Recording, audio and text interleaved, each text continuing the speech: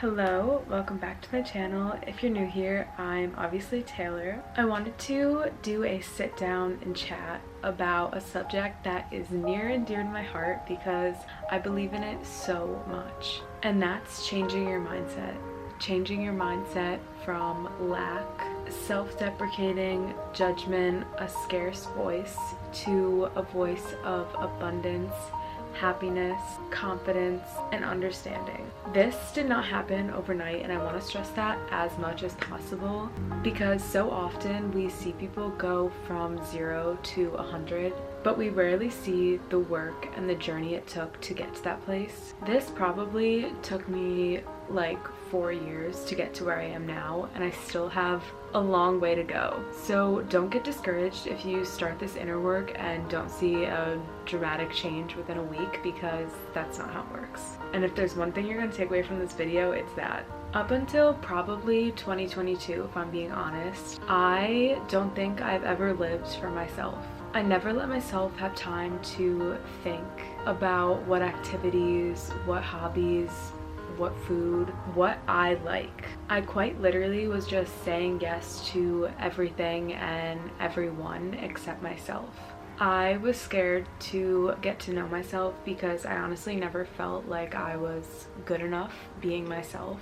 So I just went with the flow of the crowd to fit in and essentially hide.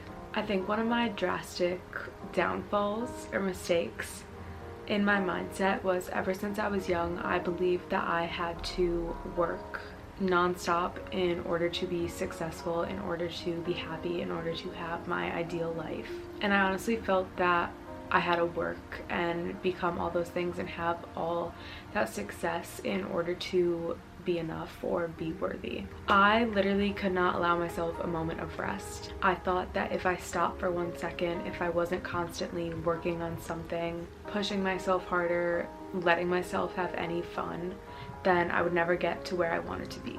I believe that this constant work was what would finally make my dreams come true, make me happy, make me into this ideal person. But little did I know that pushing myself so hard was actually equally pushing my dreams further away. I also was only capable of understanding living in extremes. So on one side of the spectrum, I was either such a health freak, eating super clean, worrying about if I'm working out enough, afraid to go out to eat with my friends or with family because maybe the food isn't healthy enough, constantly worried about how I was looked, if I was doing enough, all of the things.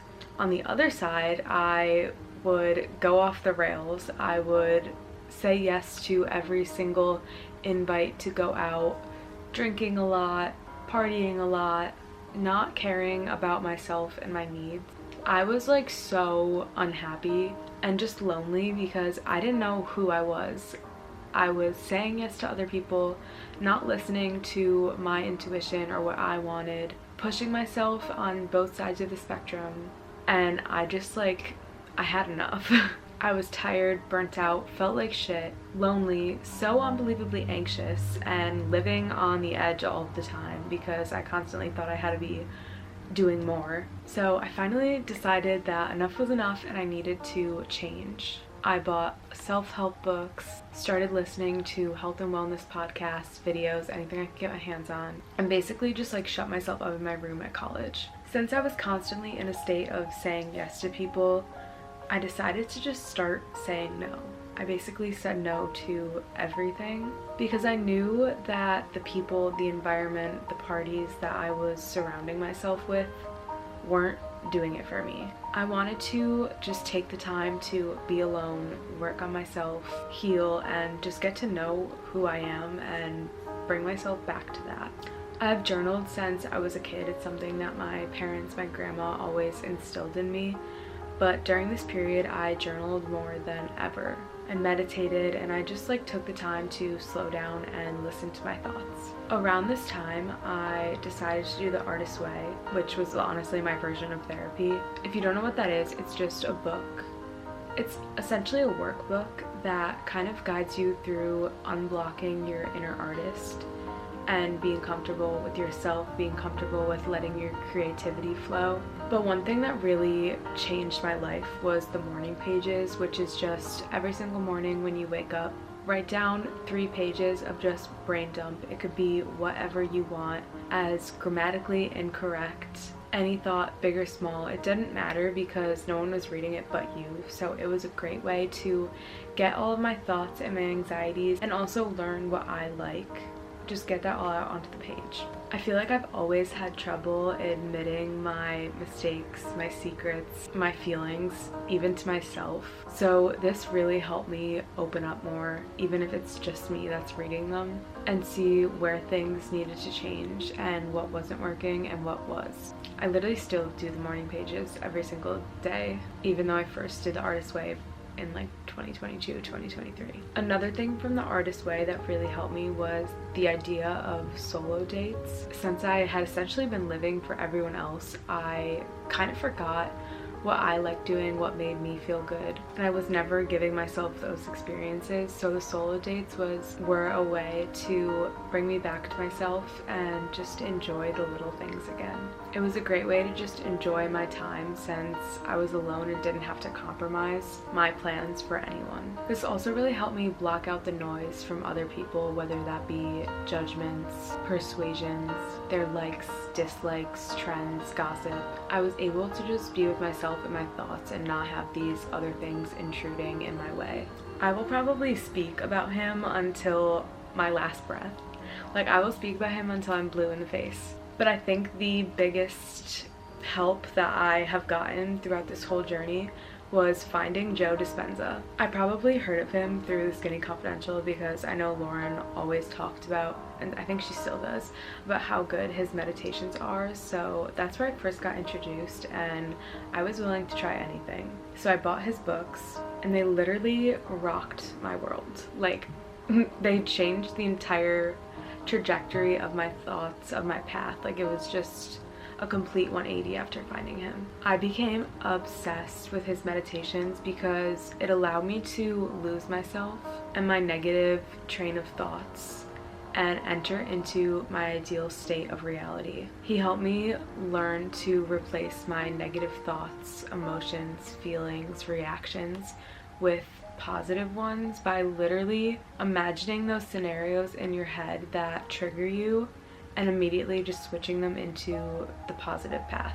A big thing was not just seeing or thinking about the positive emotions you wanted in your life instead. It was about feeling them within yourself, like feeling the emotions, feeling the physical body loosen up, and feel how good it feels to be happy, calm, at peace, kind to yourself and others. His books essentially teach you how to replace your old self with this new ideal version. Everything he does is great, but the point that I really want to stress is that his meditations were so helpful and his ideas were so helpful because he really does make you feel the emotions and feel yourself in that ideal life, in that ideal self.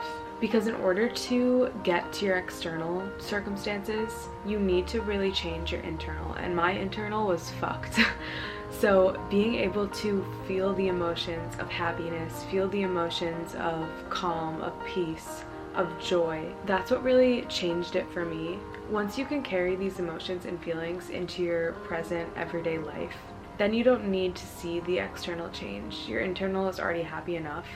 And this was like the biggest switch that I needed for myself to be free again, which kind of leads me into my next point, which I actually just found this year, and I think it really sped up my entire process, but it was finding neuro knowledge on YouTube. He puts this idea of internal state and internal positivity, internal ideal self into probably the most practical, honestly dumbed down, easy to understand and follow way. If you're having trouble in your life, if you're stuck, unhappy, unsure of how to fix this negative cycle, I could not recommend his videos more. And I feel like watching his videos just set me forward so much more than what I was already doing.